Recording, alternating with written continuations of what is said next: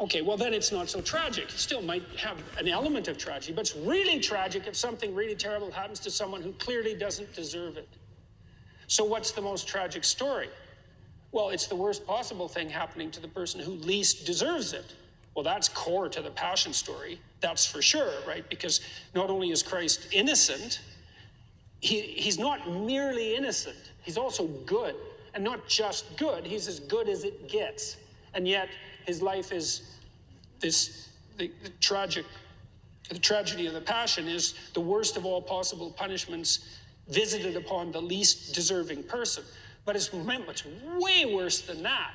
That just barely begins to scrape the surface, because it's torture, and a terrible torture, because the Romans designed crucifixion to be a terrible torture, like consciously.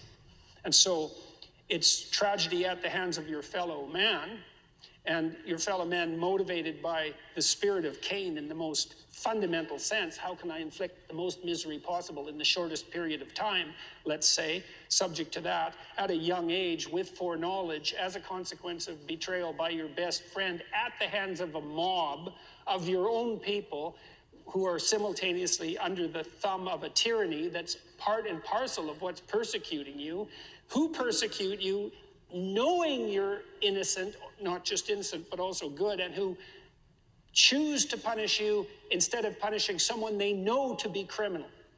It's all of that. It's like the sum total of all possible fears.